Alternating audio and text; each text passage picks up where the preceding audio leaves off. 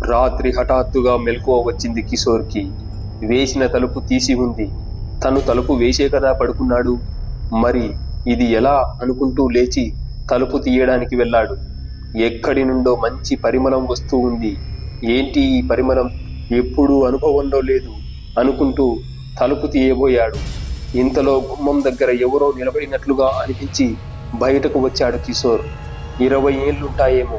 గాలికి ఎగురుతున్న ఒత్తైన పొడవైన తల వెంట్రుకలు, పల్చగా శరీరాన్ని చుట్టుకున్న లైట్ పింక్ కలర్ చీర, వేలాడుతున్న పైట, సన్నగా నాజుగ్గా ఉంది అమ్మాయి. ఎవరై ఉంటారబ్బా అనుకుంటూ, హలో ఎవరు అన్నాడు. నేను తెలియదా? సాయంత్రం నా గురించి చాలా ఎక్కువగా మాట్లాడావు కదా. చాలా మత్తుగా సున్నితంగా ఉంది గొంతు. ఓయ్, ఇలాంటి వేషాలు నా దగ్గర వేయొద్దు. ఎవరు నువ్వు? నేనెవరో చూస్తావా? చూడరా అంటూ ఒక్కసారి వెనక్కు తిరిగింది ఆ ఆకారం. ఒక్కసారి తుల్లిపడ్డాడు కిషోర్. భయంతో చెమటలు పడుతున్నాయి. ఆ ఆకారం ముఖం నిండా రక్తం, కళ్ళు బయటికి ఉబ్బి రక్తంలో తేలుతున్నట్లున్నాయి. ఒక్క అడుగు వెనక్కి వేశాడు కిషోర్. 2 అడుగులు ముందుకు వేసింది ఆ ఆకారం. దయ్యాలు లేవా? చూశావా? ఉన్నాయా? చెప్పరా అంటూ మీదకి వచ్చింది. ఆగు, నన్ను ఏమీ చేయకు. నూతిలోంచి వచ్చినట్లుంది మాట. రేయ్ అంటూ కిషోర్ పీక పట్టుకుంది. బరబరా ఈడ్చుకుంటూ మేడ మీద నుంచి కిందికి లాక్కుపోయింది. మెడ మీద నుండి సన్నగా రక్తం కారుతున్నట్లు తెలుస్తోంది. ఊపిరి ఆడటం లేదు. అరవలేకపోతున్నాడు. హాల్లో లైట్లు ఆర్పి ఉన్నాయి. అలా లాక్కుంటూ బయటికి తీసుకువెళ్ళిపోయింది.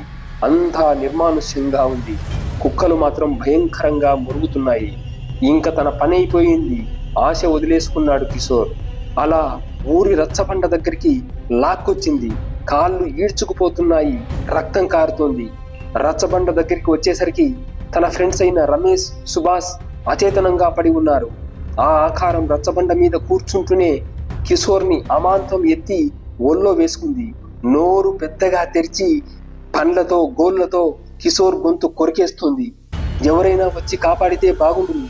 కానీ ఎవరు వస్తారు? గట్టిగా అరవడానికి కూడా అవకాశం లేదు. అయినా బలవంతంగా కాపాడండి అంటూ బిగ్గరగా అరిచే ప్రయత్నం చేశాడు. కాళ్ళు బలంగా కొట్టుకుంటున్నాడు. ఆ ఆకారం ఇంకా వికృతంగా మారుతుంది. కాపాడండి. ఆ అరుపులకి పక్క రూంలో ఉన్న తల్లిదండ్రులు వచ్చి తలుపులు దబా బాదారు. ఆ శబ్దానికి మెలకువ వచ్చి తుల్లిపడి లేచాడు కిషోర్. ఏంటి ఇదంతా కళ? ఆశ్చర్యపోతూ లేచి తలుపు తీశాడు కిషోర్.